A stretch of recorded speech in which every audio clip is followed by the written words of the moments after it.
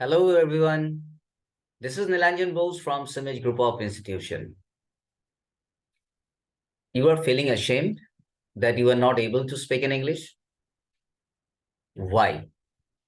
For the last a few years, you have been into this particular problem. What steps have been taken by you? Not a single one. बार बार आप यही शिकायत करते रहते हो, sir मुझे English बोलने में बहुत दिक्कत होती है। तो अब तक शुरू क्यों नहीं किए आप? That is a question from my end to you all. तो चलिए, जो हुआ सो हुआ। आज हम लोग एक साथ इंग्लिश बोलेंगे और आज नहीं बोला तो कभी आप नहीं बोल पाओगे। आज आपके सामने मैं हाजिर हूं ऐसा 10 टॉप 10 डेली यूज सेंटेंसेस के साथ, जिसको बोलने के साथ ही आप देखोगे इंग्लिश बोलने की एक आदत आपका बन जाएगी। And you will be quite confident speaker. You will be speak in English without any kind of hesitation. So this is Nilanjan from Civic Group of Institution, and I am here with top 10 daily use sentences. Start using now.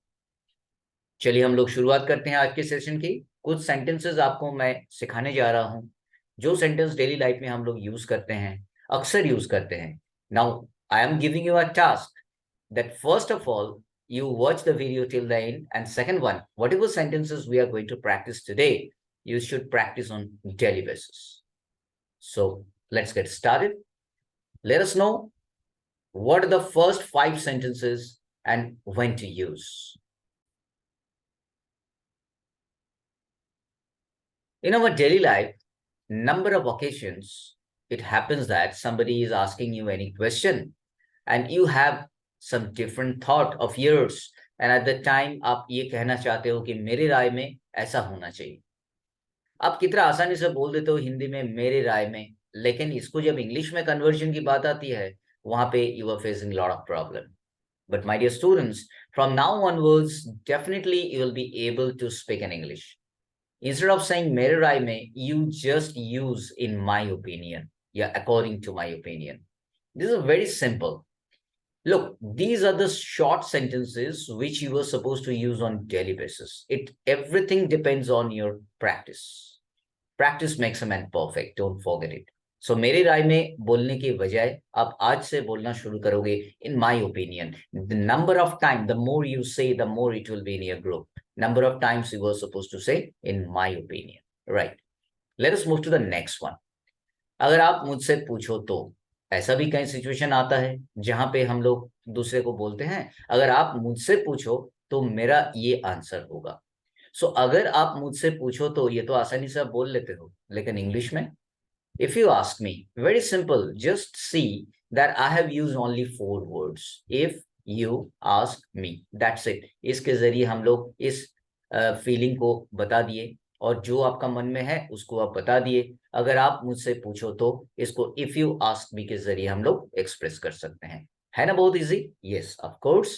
These are the short sentences which you should use in your daily life on regular basis, right? Let us move to the third sentence. चलिए हम लोग जान लेते हैं third ऐसा कौन sentence है जो अक्सर हम लोग बोलते हैं हिंदी में, लेकिन इंग्लिश में जब कन्वर्जन की बात आती है वहां पे हम लोगों को दिक्कत होता है और हम बोल नहीं पाते हैं। चलिए, मुझे बेचैनी महसूस हो रही है। There are certain kind of situations in which you feel really tensed, जहां पे आपको टेंशन हो रही है, आप तनाव में हैं, आप बहुत एंजाइटी आपको हो रही है। उस केस में आप बोल देते हो मुझे बेचैनी महसूस हो रही है। देखिए, अगर English is a global language, you all know that, internationally इसका यूज हो रहा है, तो इस केस में अगर हम थोड़ा सा इंग्लिश ही बोल ले तो क्या दिक्कत है? It looks so much professional, your attitude will be professional. आपको जब इंग्लिश में बात करोगे लोग उसको तारीफ करेंगे, सुनने में थोड़ा इंप्रेशन बनता है, राइट? सो मुझे बेचैनी महसूस हो रही है, इसको हम लोग और कैसे बोल सकते हैं? I am feeling anxious, I am feeling tensed. बेचैनी का इंग्लिश एंग्जाइटी होता है, तो यहाँ पे मुझे बेचैनी महसूस हो रही है, आप बोलोगे आई एम फीलिंग एंग्शियस। है ना बहुत easy? Yes, of course. Next one, जहां तक मेरी बात है। कभी कभी आपसे कोई किसी से आप इंटरेक्शन कर रहे हो और वहां आपका चर्चा उठा, तो वहां पे आप बोलने लगे जहां तक मेरी बात है मैंने ये कुछ डिसाइड किया। तो जहां तक मेरी बात है ये बोलने में तो आपको you just require fraction of second, but when in terms of English आप you take lot of time, आप सोचते ही रह जाते हो कि इसको इंग्लिश में कैसे बोले। चलिए आज आपको हम बता देते हैं कितना आसानी से इस चीज को हम लोग बोल सकते हैं। As far as I am concerned, as far as I am concerned इसका मतलब यही हुआ जहां तक मेरी बात है। कितना आसानी से हम लोग इंग्लिश बोल सकते हैं। It always depends on your intention, how passionate you are to speak in English. मेरी बात मानो, आप इंग्लिश में जितना ज्यादा बोलने की आदत डालोगे उतना ही इंग्लिश में आप फ्लुएंट होते जाओगे। इसके लिए बहुत ज्यादा पढ़ने की आवश्यकता नहीं है, you just need to use on daily basis. आइए हम लोग नेक्स्ट सेंटेंस में जान लेते हैं कैसे क्या है और इसको इंग्लिश में कैसे हम लोग बोलते हैं।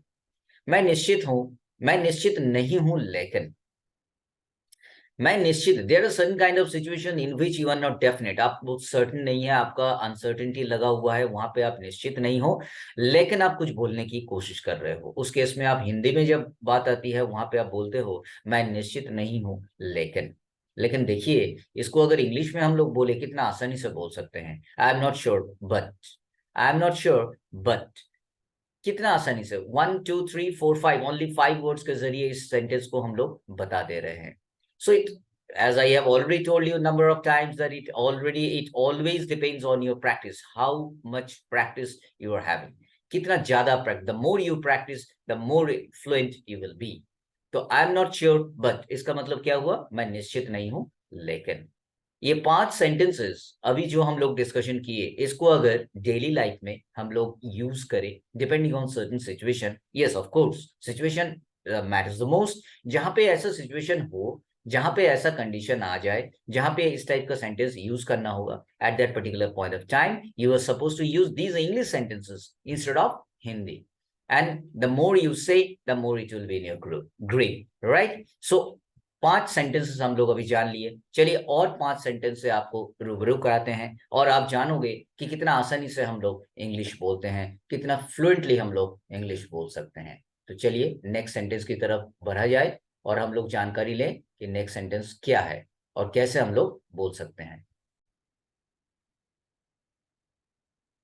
अक्सर ऐसा होता है ना हम लोग को डेली लाइफ में कि कभी कभी हम लोगों को बोलना पड़ता है, उसे समय लेने दो। Somebody is asking any question to someone else और वो बताने के लिए थोड़ा वक्त लगा रहे हैं, उस समय हम लोग बोलते हैं उसे समय लेने दो, उसके बाद सोच के वो बताएंगे। तो उसे समय लेने दो इसको इंग्लिश में कैसे बोले, very simple, let him take time, let him take time. उसको समय या उसे समय लेने दो, इसको इंग्लिश में पूरा प्रोफेशनल तरीके से अगर बोलना है तो आपको बोलना होगा लेट हिम टेक टाइम। देखिए बहुत ज्यादा मेहनत करने की आवश्यकता नहीं है, I am using simple words to express my point of view. आप लेट हिम टेक टाइम के जरिए आसानी से बोल सकते हो उसे समय लेने दो।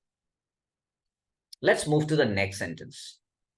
ये कब तक चलेगा, कोई ऐसा इंसिडेंट, कोई घटना ऐसा घट रही है जो कई समय से कुछ देर से चलने लगी। तो वहां पे अगर आपका मन में ये सवाल आए कि ये कब तक चलेगा, you are asking that question that how long it is going to be continue, तो उस केस में ये कब तक चलेगा ये तो आप आराम से बोल देते हो, बड़ी आसानी से बोल देते हो। But in terms of English you take time, वहां पे आपको सोचना पड़ता है, कभी कभी आप शर्मिंदगी महसूस करते हो कि हमसे बोला नहीं जा रहा है। No, not, don't do like that. You can easily say like the other people, how long will it go on? देखो बहुत सिंपल है, how long मतलब कब तक, how long will it go on, क्या कब तक ये चलेगा, go on मतलब चलना है। तो बहुत simple, we are just clubbing a few words and we are framing a different kind of sentence, right? So how long will it go on इसका मतलब हुआ ये कब तक चलेगा। आइए हम लोग जानते हैं नेक्स्ट सेंटेंस क्या है। उल्टा जवाब देना छोड़ दो। In your life you may find lot of people जो लोग उल्टा जवाब देते हैं, आप कुछ बोलते हो और उसका उल्टा जवाब मिलता है। उस केस में your reaction will be just like that कि उल्टा जवाब देना छोड़ दो। लेकिन इसको इंग्लिश में अगर बोले तो कैसे बोले, stop answering back. Only 3 words I have used, stop answering back. Answering back मतलब जवाब देना, तो वापस जवाब देना या उल्टा जवाब देना, बैक मतलब उल्टा, बैक गियर करते हैं, right? So stop answering back इसका मतलब उल्टा जवाब देना छोड़ दो। वेरी सिंपल, है ना आसान? Yes of course. अगर आप समझ ले तो ये बहुत आसान, अगर if you are making it tough it will be tough for you, right? Now let us move to the next sentence. ये हमारे पक्ष में नहीं है, कभी कभी ऐसा सिचुएशन आता है जहां पे आपको सिचुएशन उस पल आपको फेवर नहीं कर रहे हैं, राइट? तो वहां पे हम लोग क्या बोलते हैं, ये हमारे पक्ष में नहीं है। But instead of saying like that in Hindi, you can use the English sentence as well. कैसे? He is not in my side, he is not in my side, वो हमारे पक्ष में नहीं है। if you are talking about certain person और वो person आपके फेवर में नहीं है, तो आप उसको जताने के लिए कैसे बोलोगे? he is not in my side। very simple। इसमें ऐसा कोई rocket science नहीं है that you were thinking too much that how to produce that sentence। so easy it is, so simple it is, right? चलिए आज का last sentence की तरफ हम लोग मूव करें और जान लेते हैं हिंदी में कैसे बोले और मोस्ट इंपॉर्टेंटली उसको इंग्लिश में कैसे पेश कर सकते हैं, राइट? फिलहाल मेरे पास वक्त नहीं है। somebody is asking to do any kind of work to you, somebody is asking you to do or accomplish a task, but at that particular point of time you don't have sufficient time और आपके पास वो वक्त नहीं है कि उस काम को आप करें। उस केस में आप क्या बोलते हो? फिलहाल मेरे पास वक्त नहीं है। लेकिन इसको अगर प्रोफेशनल तरीके से थोड़ा इंग्लिश में अगर बात करें, थोड़ा इंप्रेसिव वे से अगर पेश आए तो कैसे बोलेंगे? I don't have time as of now. ये सुनने में कितना अच्छा लग रहा है, आप खुद ही महसूस कीजिए। I don't have time as of now, it sounds professional, it sounds impressive as well. So फिलहाल मेरे पास वक्त नहीं है, ये बोलने के बजाय आप बोल सकते हो I don't have time as of now. My dear students, I have tried my best to provide you certain ideas regarding certain kind of sentences which we use on a daily basis in our daily life most of the time. लेकिन आपको क्या करना है? ये सारा sentences को according to situation you need to use it, you need to practice it. Already I have told that practice makes a man perfect, but it's not a proverb. It is to be implemented in your daily life. If you want to be a fluent speaker, if you don't want to be ashamed in front of anyone else, if you want to speak in English fluently without any hesitation, yes, of course, these are the sentences, depending on situation, you are supposed to use in your daily life. I have given you the indication that what should be your procedure to have a progress in your life. Without English, you cannot do anything. English has been considered the globalized language or international language. So without English, it's really tough to survive nowadays. So you don't have any option left without learning these sentences. And most importantly, you try to use these sentences in your daily life on a regular basis, right? So that's all from my side today. Take good care of yourself and thank you so much for listening patiently. And it's an advice from my side to all of you that you keep on practicing. And in the coming days, I'll be presenting more interesting videos for you that will be really beneficial for you. I am quite sure about it. Take care. Bye-bye.